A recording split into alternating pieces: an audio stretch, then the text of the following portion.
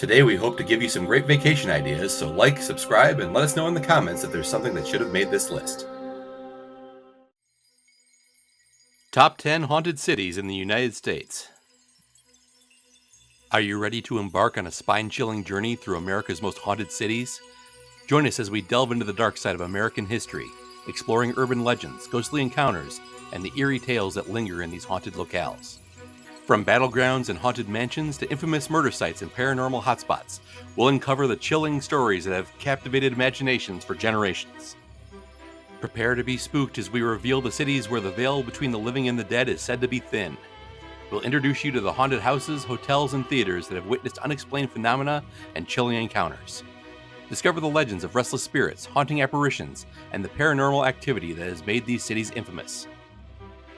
Come along on this paranormal adventure as we explore the haunted cities that have captured the imagination of countless individuals. Prepare to be captivated, intrigued, and chilled to the bone as we delve into this unexplained corner of American history.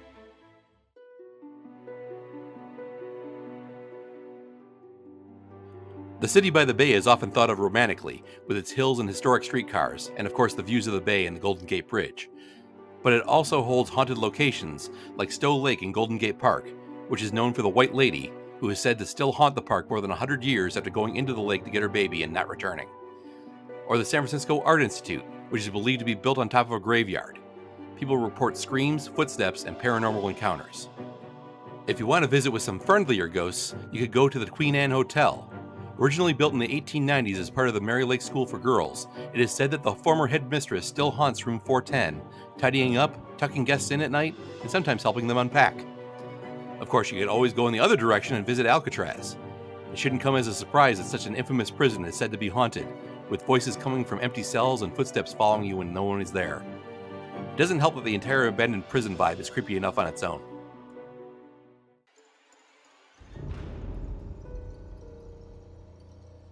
Charleston has a history with slavery, war, and pirates, so it makes sense that there would be some residual spiritual energy around the city. The Blind Tiger Pub was an illegal speakeasy during Prohibition, and both patrons and staff alike have reported run-ins with angry ghosts. And San Francisco isn't the only one with an old haunted prison. The old Charleston jail can be found here, and it once housed the country's first female serial killer, among others. People have claimed to see objects vanish and footprints mysteriously appear. One of the most haunted places in Charleston is the Battery Carriage House. This mansion-turned-ballroom-turned-hotel has seen Civil War-era soldiers who never left still roaming around the property. You may also want to visit the Dock Street Theater, formerly the Planters Hotel, where you may run into former Lady of the Night Nettie, still in the red dress she was in when lightning struck her on the balcony of the hotel. Then there's the Old Exchange and Provost Dungeon, which just sounds like it should be haunted. It started as a jail for pirates, later became a post office, and is now a museum. But there have been reports of spirits in the building for years, and rumors of something evil lurking in the dungeon.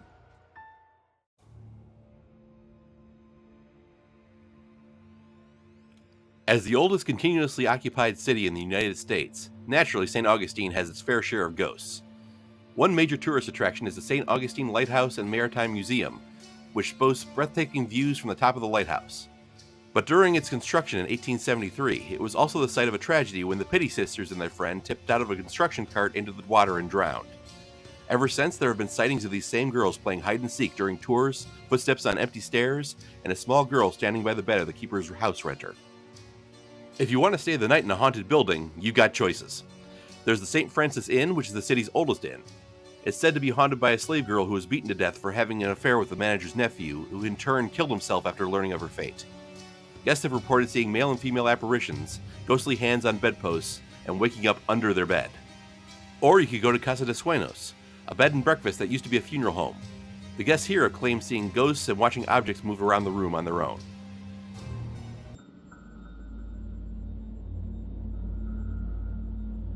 Chicago has had a history with fires, including when the Iroquois Theater burned in 1903 during its inaugural performance, killing about 600 people. The alley behind the theater, now known as Couch Place, was used as a morgue while the bodies were retrieved. People now hear faint cries, see ghostly figures, and feel touched or pushed by something invisible there. H.H. Holmes was the country's first serial killer and the second one mentioned on this list, and he owned what is referred to as a murder castle, where he would lure and kill people who were in town for the 1893 Chicago World's Fair. The castle has since been replaced with a post office, but the basement where most of the murders took place is still in use by the current building, and people venturing down there have reported a sense of intense anxiety as well as some odd sightings. This is also not the first time in this list we've mentioned a place of misery was replaced by a post office. There's a joke in there somewhere. Travel and Leisure once named the Congress Plaza Hotel the most haunted place in Illinois. The South Tower is haunted by Peg Leg Johnny, a man who was brutally murdered in the alley behind the hotel. Meanwhile, the North Tower is home to the ghost of a boy on the 12th floor. It is said that he and his siblings were thrown from the 12th floor by their mother, who then jumped after them. Then there's room 441, where people have reported seeing the silhouette of a woman, objects moving, and lights turning on and off at random. It's believed this room inspired Stephen King to write his horror story 1408, which is about a haunted hotel room. It's also believed that the Congress Plaza Hotel even housed Al Capone's headquarters, and he's most likely behind one of Chicago's most infamous crimes, the Valentine's Day Massacre. This took place at a Lincoln Park garage, which is no longer standing, but the location is still said to be home of paranormal encounters.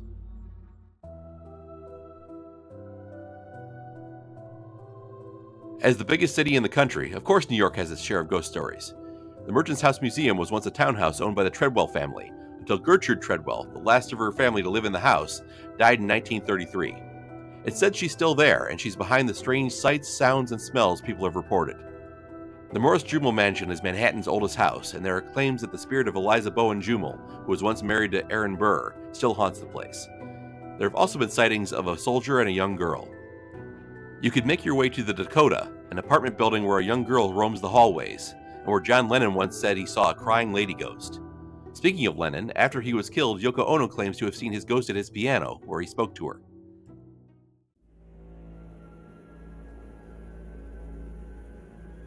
While in San Antonio, you could tour the Spanish Governor's Palace, said to be haunted by the ghosts of young children as well as murder victims. Or the San Fernando Cathedral, the oldest church in Texas, where people have seen a ghostly white stallion as well as brightly lit orbs and strange shadows. You could visit the site of the former Alamo Street Theater, but I'm not sure you can get in. As far as we can tell, it was most recently a hot dog place called Frank, which closed in 2018. But there have long been tales of a ghost boy named Eddie in the building, who had died of polio and now spends his afterlife running around causing mischief, as his affliction robbed him of doing so in life. People have also seen Miss Margaret, the spirit of Margaret Gething, who had been an actress both here and on Broadway. Of course, people always say to remember the Alamo due to the battle that took place there and all the lives that were lost. According to stories told by those who have been there, it turns out that those soldiers never left, and it's been possible to see them, or at least feel their presence, ever since.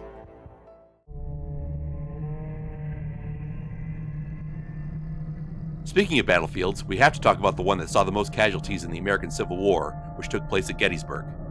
There are several known hauntings just in the area in and around the battlefield. Possibly the most well-known is the Phantom Regiment, a group of Confederate soldiers still marching and drumming through the night. There's also the Lady in White, who wanders the field and the town, her white dress glowing in the moonlight. You could also encounter some specters near the rock formation called the Devil's Den, which is used as the Confederate sniper's nest during the battle. Ghostly soldiers have been seen here at all hours of the day and night.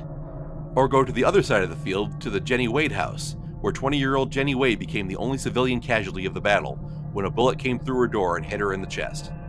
Wherever you go in Gettysburg, you're likely not far away from the spirit of someone who died on or around those 3 days in 1863.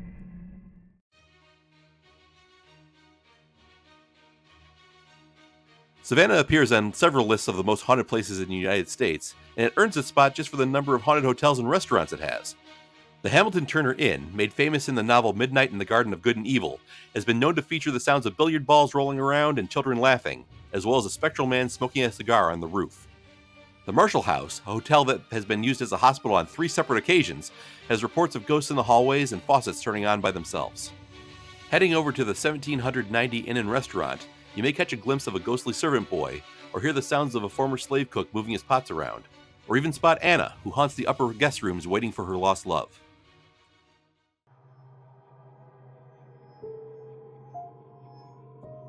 New Orleans is so haunted, ghost tours and cemeteries both made our video of the top 10 things to do there, which you can watch through this card here. Some of the places you might want to tour include Muriel's Jackson Square, which was once a house owned by Pierre-Antoine Lepardi Jourdan, until he lost it in a poker game in 1814 and hung himself. His spirit manifests as a glimmer of light, and the building includes a seance room you can visit. You may run into Caroline at the Le Petit Theater. She was an actress in the 1930s that accidentally fell over a railing to her death. not the first woman on this list to have died in, and still appear in, a white dress. There's also the ghost of a man watching from the balcony, waiting for the actress he wanted to court. For a more outdoorsy haunting, you can head over to St. Louis Cathedral, which is flanked by 2 alleys that are both homes to restless spirits. Père Antoine was a priest who worked tirelessly with the poor, and is still sometimes seen in his alley, while infamous pirate Jean Lafitte might be seen in, appropriately, Pirate's Alley, along with several others. Meanwhile, the site of the old French opera house is haunted by Marguerite, a madam who killed herself more than 100 years ago, vowing to return and kill those who have hurt her.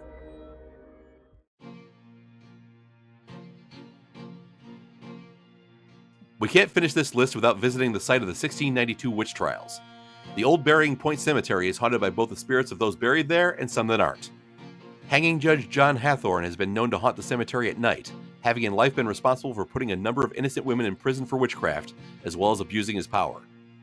The spirit of Giles Corey, who is convicted of being a wizard around the time his wife was convicted of being a witch, appears in the cemetery when the town is about to undergo a disaster. This cemetery is also home to a Lady in White, the 4th Lady in White we've mentioned on this list. I feel like there's a warning here somewhere. But there's also a lady in a blue dress, who haunts the back corner, so at least there's some variety. About half a mile away is the witch house, despite never actually having any witches in it. But it is the only building in the city from that period that is still standing. It was owned by Judge Jonathan Corwin, who put many women to death for witchcraft, and it is rumored he would interrogate the accused in his house. People visiting the house since then have reported feeling an otherworldly presence, being touched by ghostly hands, feeling sudden cold spots, and hearing the disembodied voice of a child. It wasn't until 2016 that researchers determined that Proctor's Ledge was the site of 19 hangings of the falsely accused, and their bodies were unceremoniously dumped in the crevice. Now people claim to feel more cold spots, see floating orbs, and yes, spot yet another Lady in White. We hope you enjoyed our tour around 10 of the most haunted cities in the United States. Each of these has more haunted locations to visit than we've had time to mention, so be sure to let us know if you've ever been to any, and if you've witnessed some of the ghostly images, sounds, or feelings that are said to be occurring. Are there any ghost tours you'd recommend? Any cities not on this list that might have deserved a spot? Let us know in the comments, and if you haven't already, hit the subscribe button and ring the bell. We'll see you next time. Thank you for watching. Be sure to like, subscribe, and ring the bell to be notified of new uploads. And while you're here, check out some of our other videos.